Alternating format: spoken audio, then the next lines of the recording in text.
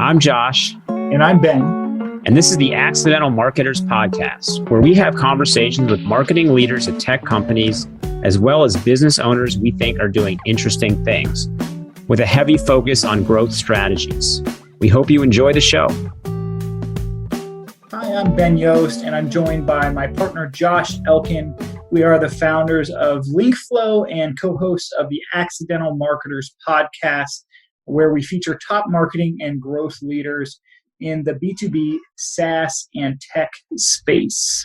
Now, before introducing today's guest, I want to give a big thank you to Heidi Fung. Go check out her business on her website at arisedaily.io. Arise Daily specializes in matching all kinds of different solutions with startups in need. Now, without further ado, I'd like to introduce Ryan Hilliard. Ryan recently joined HypeAuditor, influencer marketing platform, as the GM of North America.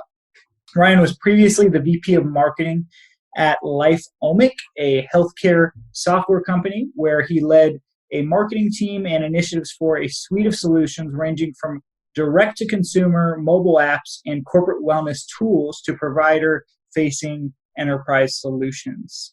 He's got a lot of experience building and maintaining a full funnel marketing and sales life cycle, from brand positioning, writing content, building ad campaigns, measuring performance and marketing automation, to building sales pitches, leading outreach, and closing customers. So, Ryan, it's great to have you on. We're stoked.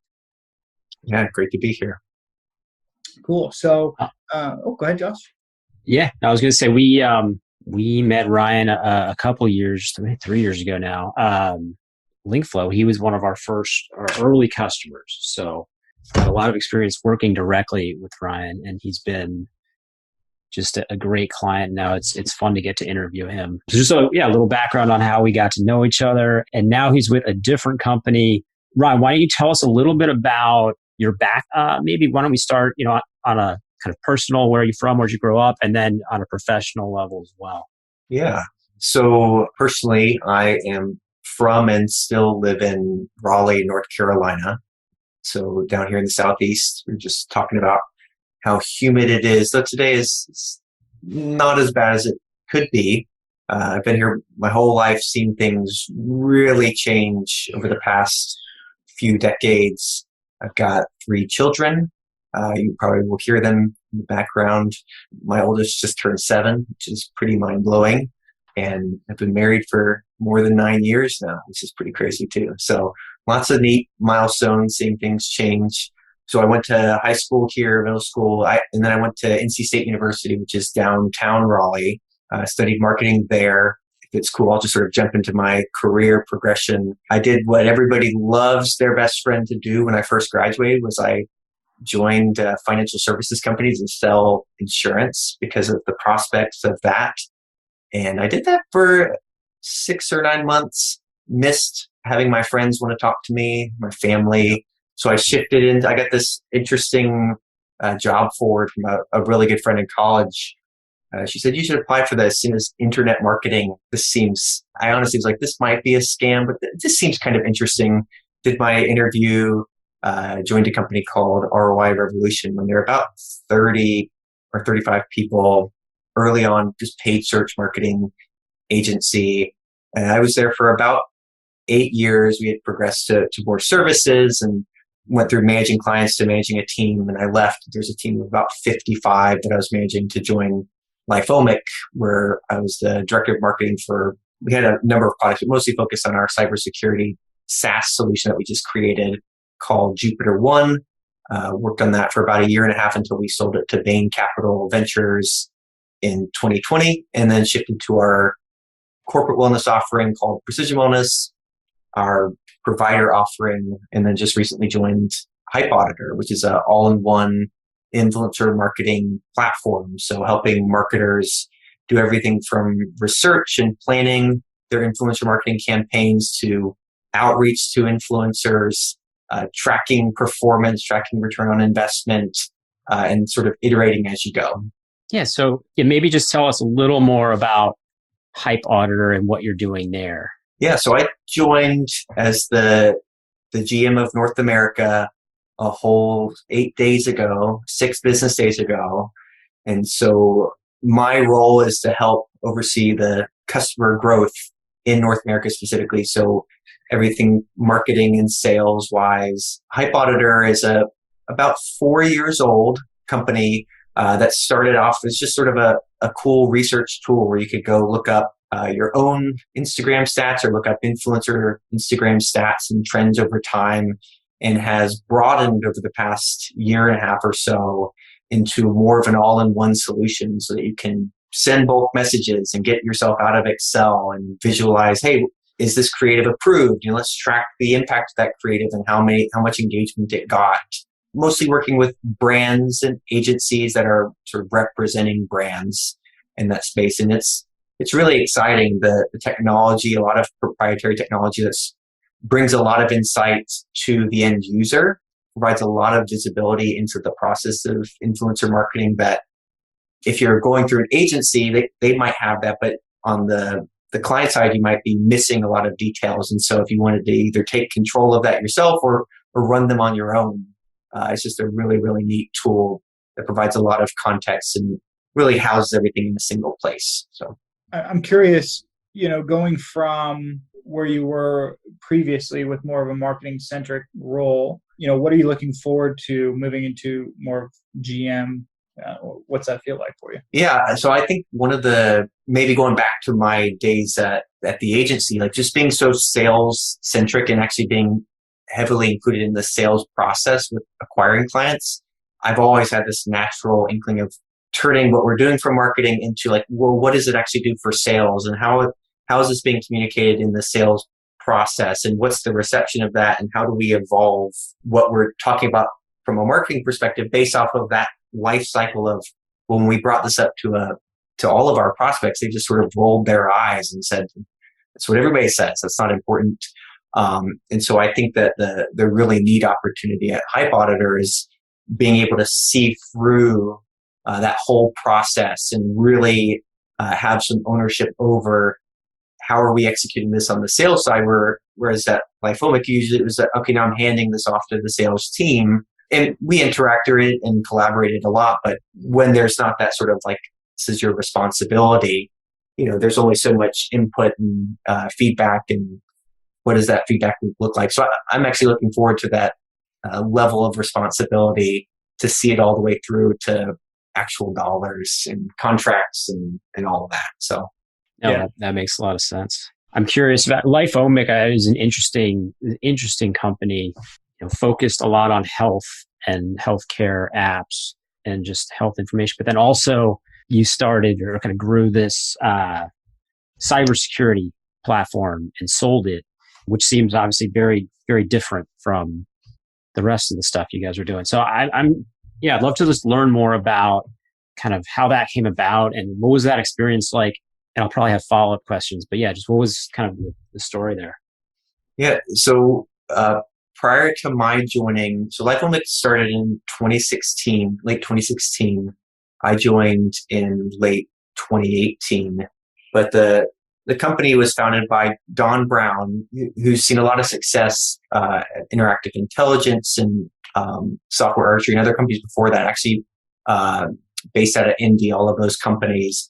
And so he wanted to get into healthcare really from a precision health application. So how can we personalized treatment of cancers, because every cancer is unique. And so when you're talking about cancer and health, you're talking about data that has to be under lock and key.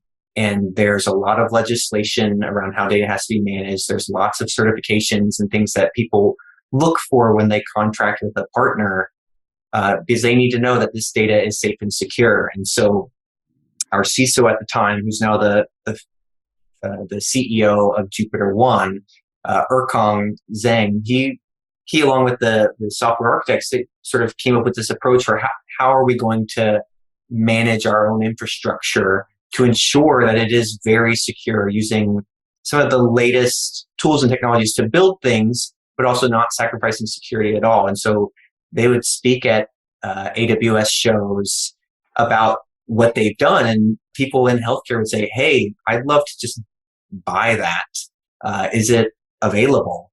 And so there's an evolution there from probably workflow and process and maybe things that are more so just like scripts and things that are running in the background to productize this. Let's make this a SaaS tool. People can sign up for a free trial or a free account.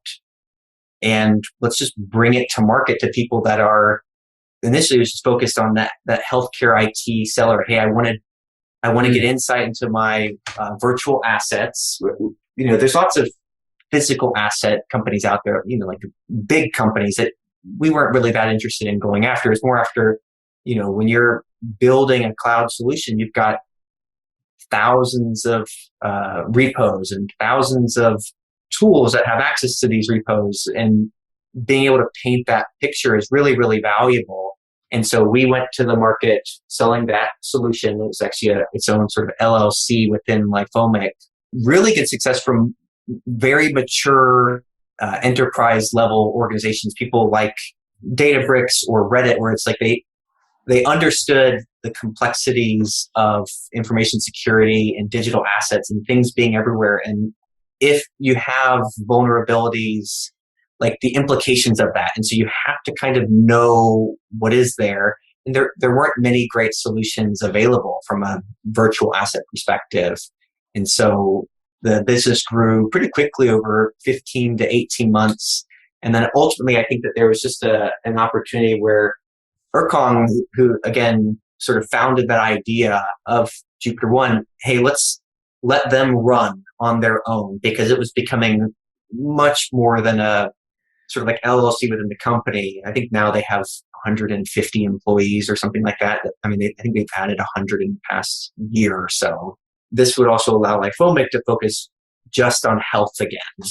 And so I think it's just an opportune time, and right partner, right? Bain Capital Ventures is a great person to partner with on the investment side. So that's super cool. I love when companies just grow organically out of like an idea that's, it wasn't like an intentional thing to start that business. It just kind of was an idea that spun out on its own because there was so much market demand for it. And I do think too, like a lot of the best quote unquote business ideas happen because people are like, I got to fix this issue that I have.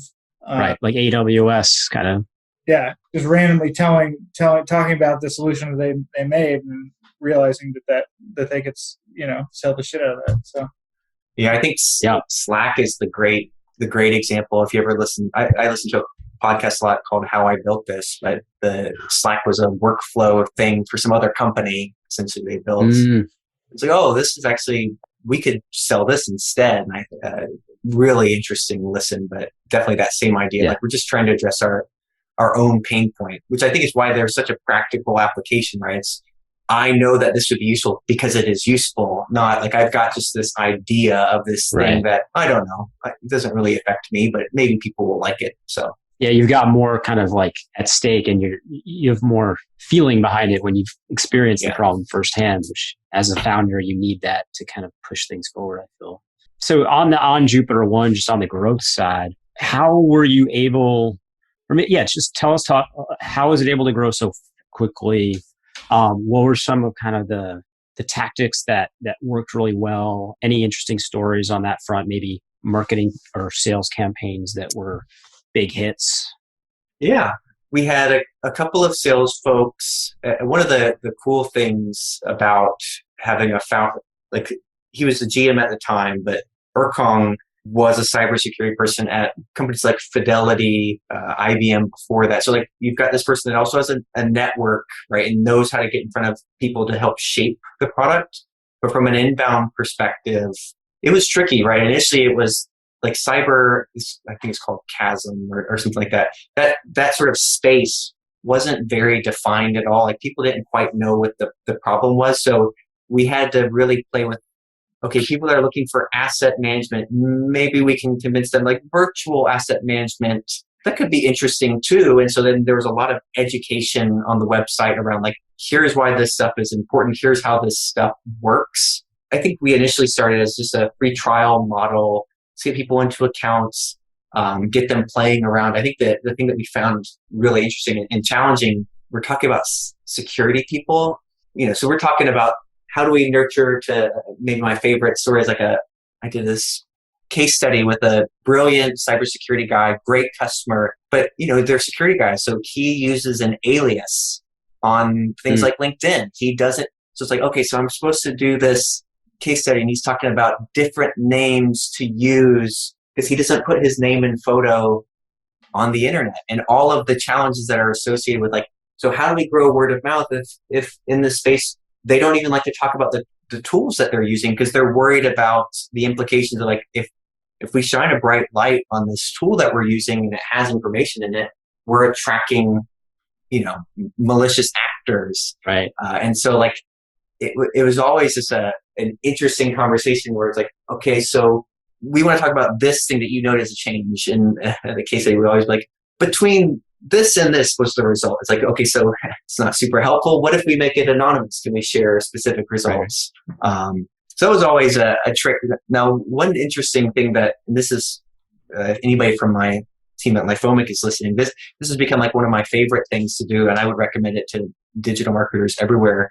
But we started to send out postcards to try to get in front of people, physical mailers ahead of events or just interesting things that we would say this should resonate with our community and maybe break through the noise. So we're not talking about a Sendoso, here's a box with a bottle of wine with my face on it or anything like that. We're just sending you something that's going to resonate with a cybersecurity person or a corporate wellness person. We did it again with corporate wellness, just to stay in front of them from a branding perspective. The coolest thing was using a tool like Canva or Vistaprint.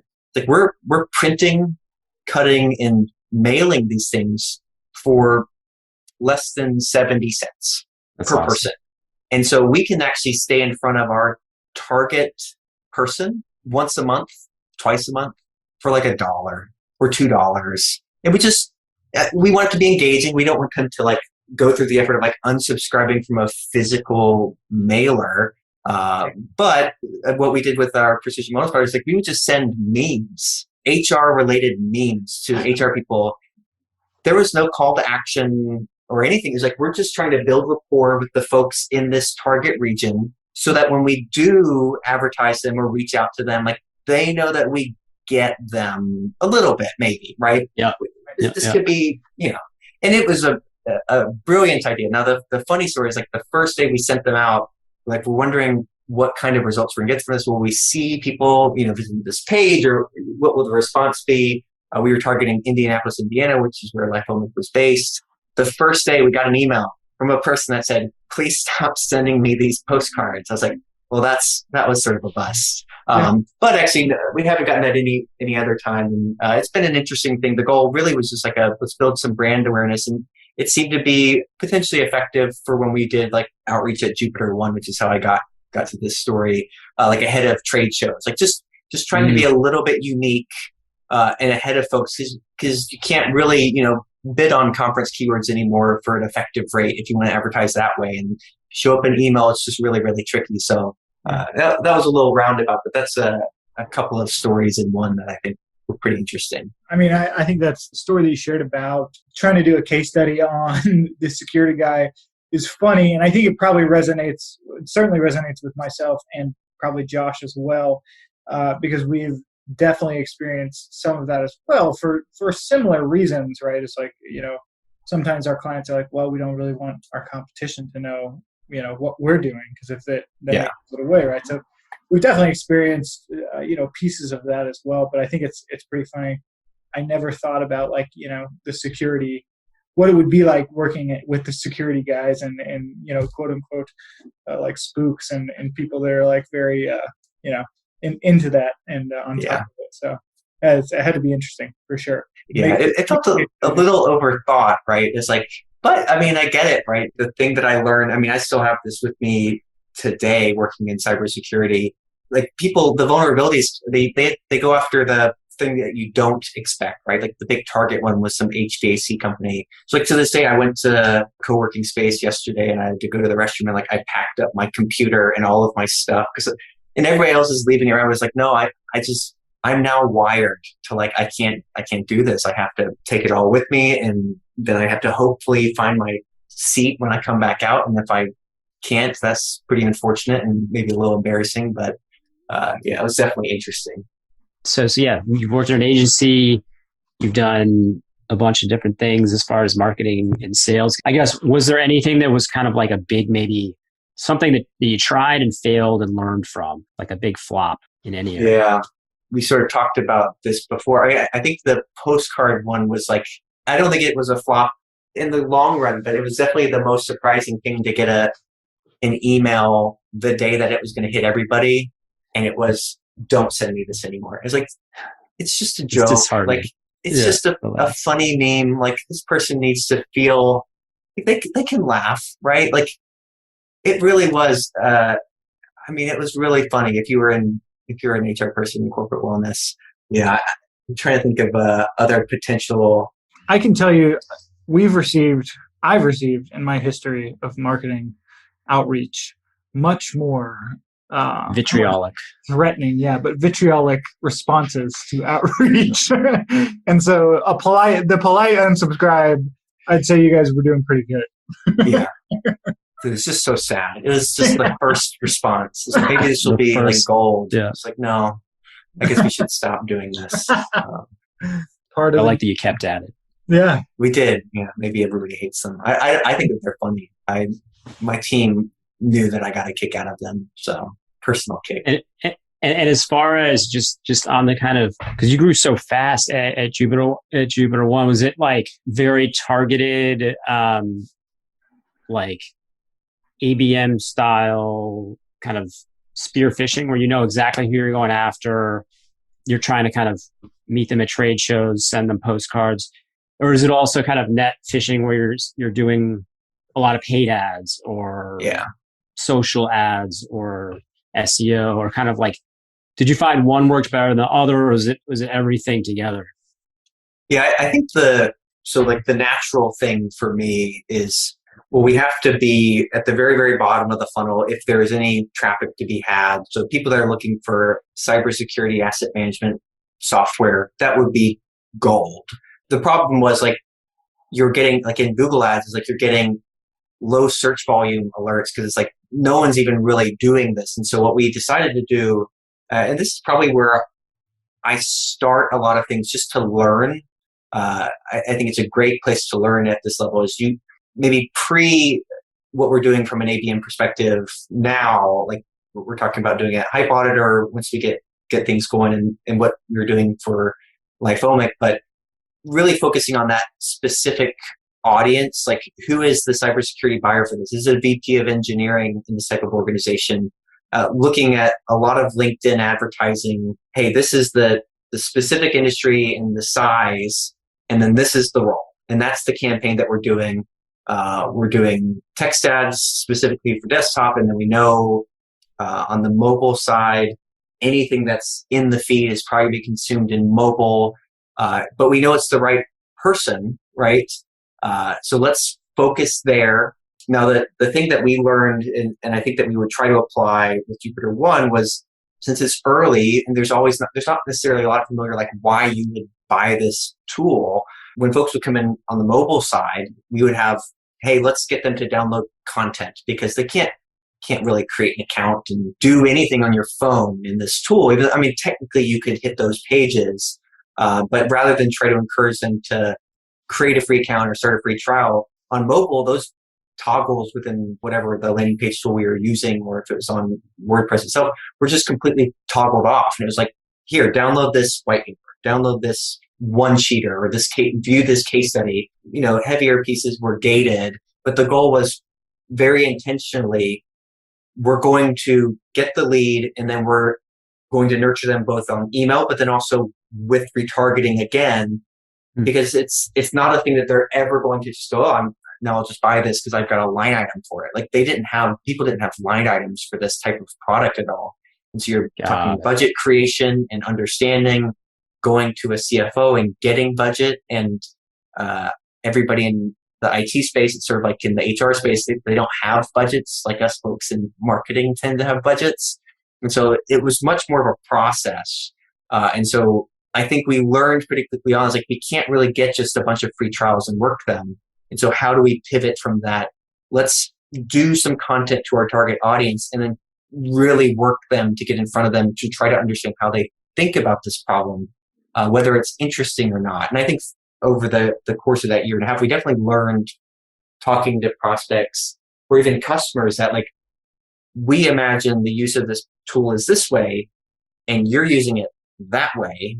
And I guess that's fine, because if this is the motivation for buying it, we'll try to shape our whole positioning more towards that than maybe what we thought, or maybe what we want to, maybe in 2 years, this will be the ideal positioning for the product. We just can't sell it that way right now. It just doesn't resonate because people aren't even giving us a demo form. So let's shift them back to just that really educational thing, which, like, I know saying it as a marketer, if there's like anybody in sales, like listening, like, of course you just give like a top of the funnel lead gen magnet thing that's trash, and then sales will have to call them. But we did continue to try to assist throughout the marketing process. Of like, we built lists for people that download to just retarget them.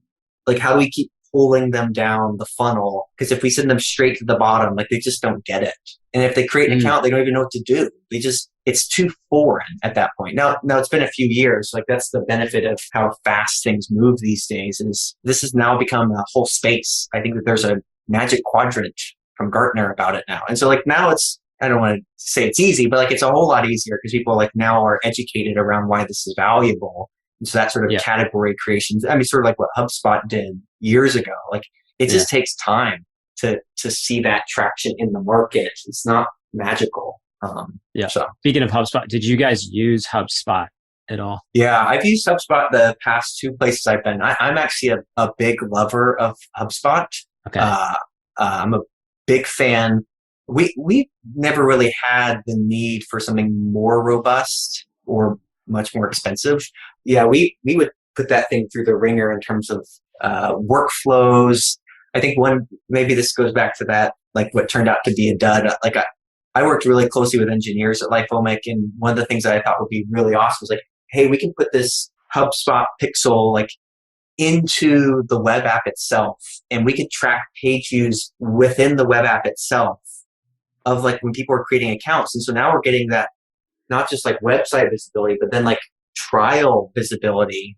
And so like, I banged on doors to get this in, like Jira tickets, bugging engineers. Finally, one of the teams like, we're going to do it. They put it in there. Doesn't work because it's a React responsive web app. So it's a single page that looks like it renders different pages.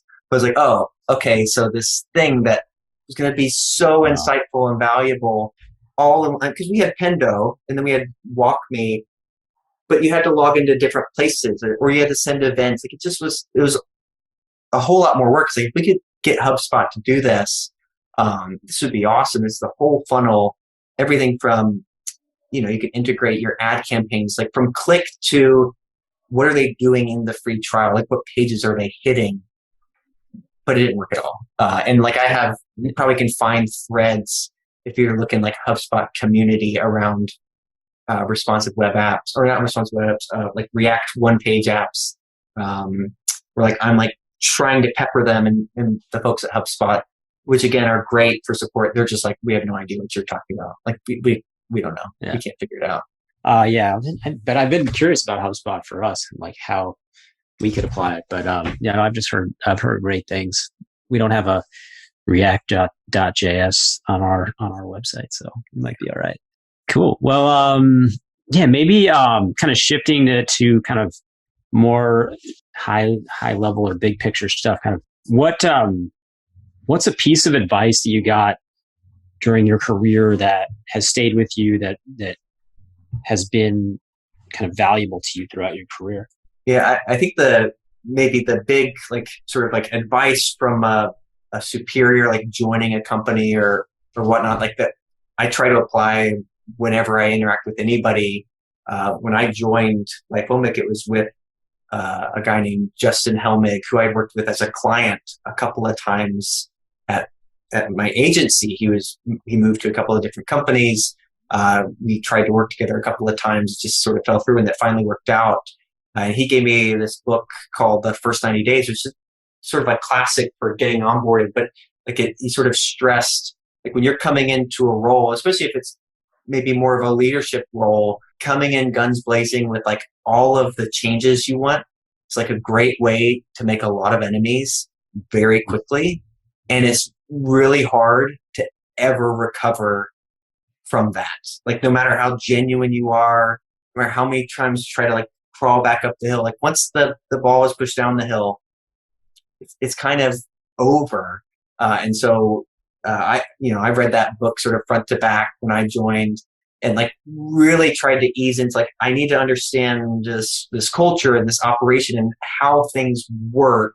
And then I'll look to, the concern that I would have, right, naturally is like, am I moving too slow? And so I tried to make sure that I had this line of communication with my boss, and I'm doing it at even HypeAuditor. I was like making sure like I'm not being tentative for no reason. I'm just trying to make sure I understand how do people do things here, because I don't want to make enemies. I want to be super effective. So that would be sort of like that super high level, almost career advice thing that I would recommend. If I still have the floor, I think the super like tactical marketer thing that I learned maybe through the years working with a number of different clients. I worked with a lot of different SaaS clients when I was at my agency and saw them grow from spending like $3,000 a month in Google Ads to $300,000 a month in Google Ads. And it was pretty counterintuitive, but it's becoming increasingly important, I think, just these days with devices and attribution and cookies and all of that. As a marketer, especially if you're a digital marketer, like it's easy to, it's super appealing to be super data driven, attribution first. Like if it doesn't have a touch that I can see, I'm cutting it out. But what I learned through the years is like there's lots of stuff that happens. It's just, it can't be captured in like a single user journey. And so to a degree, get comfortable with those correlations of like, I'm pouring money into here. I don't see as much as I would like, but like the overall business is succeeding. And then when I take money out of there, it looks good in Google Ads from an ROI perspective, but like the overall business begins to sort of contract from a lead or a sales volume. And so there's just something happening that I can't attribute, but like it's so correlated that I just have to live with it because, my sort of ROI that I'll be measured at if I was just managing ad campaigns, it might suffer, but like I just have to educate my boss or my boss's boss. And like, there's just something weird happening. Like if I was to think of a story back when I was working with a company called Reich, really early days, they're a big project management company now. They got bought by Citrix, I think, last year. But when I started working with them, it was 4 people in San Jose, and then they had a team in Eastern Europe. I was working directly with a woman named Valerie, who actually helped me in this introduction to HypeAuditor. But we were working on different ad accounts and trying to grow things. And we definitely saw this weird, like if we bid on project management software, it's expensive, it's competitive. And in Google Ads and in analytics, it doesn't seem to really do anything from a paid customer perspective at all. We get leads, they're pretty expensive leads, but like the rate is just not efficient. Like we just can't sustain this because on the back end, we're not seeing it linked to any customers. And so we cut it out. It's probably 20% of the budget, like, $30,000 a month or something like that. So some pretty significant amount. And when we cut it out, like overall AR or new contracts, like just sort of dropped. And it was like, this doesn't make any sense because we don't see anything here. And so then we would scale it back up again. And like the same thing would happen. And it was like, okay, so these must just be related. Let's just run with this. And so we ran with that correlation for a while. Well, lo and behold, they did some analysis on their end. When you do people that buy project management software, like the person that puts their credit card in the web app, that email address is not the same person that signs up for the free trial where they're linking everything. And so they are actually able to prove out that sort of hypothesis of like, these accounts are buying and they're related, but it's not the user anymore. And so they configured something on the back end that tied that user visit, like that, like that Google G-CLID to the email domain instead of the user. And they're like, oh, now we see it's just like the purchasing process that's weird. The marketer signs up for a trial, the CFO puts it on the credit card, Yeah. And that's the process that happens. And so knowing that buyer journey and actually then being able to see it, it's like, oh, okay, if we had obsessed about attribution, the business would be so much smaller. We never would have pursued that. We never would have learned this either. We would have just left it as it was and said, well, it's just too expensive to work. And I've seen that play like in almost every industry, everything bottom of the funnel. It's like, it just does this weird, it's almost like a business operations handoff that happens offline. Yeah. Makes things really, really fuzzy. And I just am now comfortable with it. It's really hard to get comfortable with, but you just have to kind of live with it. So you can't measure everything exactly. Yeah. Even though we want to, but well, I've got I guess probably one final question here, Josh. As a man of routine who loves routines, something I'm curious of is other people's routines. So do you have any kind of like daily rituals or routines that you do to keep your head on right? So I would say that there's a daily ritual that I candidly should be better about making it more routine. I'm super aware of it. But it's so easy, especially if you work at home, to just like fall straight into work and like pull up in Slack and just start doing stuff, reacting. But the thing that I find my best weeks, my best days are before I even pull open something like Slack or email, like what do I hope to accomplish today based off of like, let's just assume everything is the same that it was yesterday. What do I want to accomplish? It might not be the same at all, but like I need to know what I'm going to do right when I start everything up so that I don't start getting pulled around everywhere. And so ideally then, like in my ideal day, like then I actually block off time on my calendar. Like this is what I'm going to do this, and this is what I'm going to do this before I've even looked at email or Slack. Mm-hmm. And then when you turn on email or Slack, you go, hey, I might need to adjust this because this is something that happened yesterday. And like, this is an emergency, but I can't be dependent on this emergency to sort of drive my day, or this urgent thing to drive my day. I have to be super deliberate about how am I going to get this initiative to where I want it to be. I think the trouble is it's sometimes, those little red dots are just so appealing and you sort of fall into it. The good thing is I usually try to catch myself after a little, like, okay, so now I need to actually pick what I want to accomplish today or what we want to accomplish this week and break it down to some sort of, bite-sized chunk. But that's something I recommend to folks. I've recommended to teams in the past of like, especially if you're at an agency, like before you open your email, decide what you want to do today. It might blow everything up. But like if you don't have any issues, then you know what you're going to do today instead of you open, for me, it was Google Ads. You just start like, I guess I'll just change bids or look around. It's like, no, you got to be much more intentional. So. Yeah. I've heard like write down like one to three things that you definitely want to get done that day, that if you don't, it's like a fail as one strategy. It's so easy to just like slide into, let me just check on Slack and see who has a message for me. And then you're just, before you know it, it's noon. Yeah. So totally get that. Getting that shiny object syndrome has been the bane of my existence for many, many years. I have to be very deliberate about getting things done.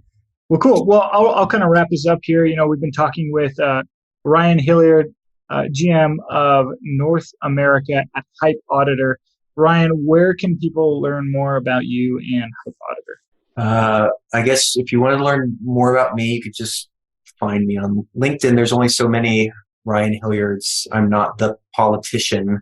And there's an I after my two L's. And then HypeAuditor, just HypeAuditor.com. If you're a brand or an agency representing brands and you want to simplify finding influencers, qualifying them, outreaching to them, tracking the performance of your campaigns, you can find us there and the team will happily help you out.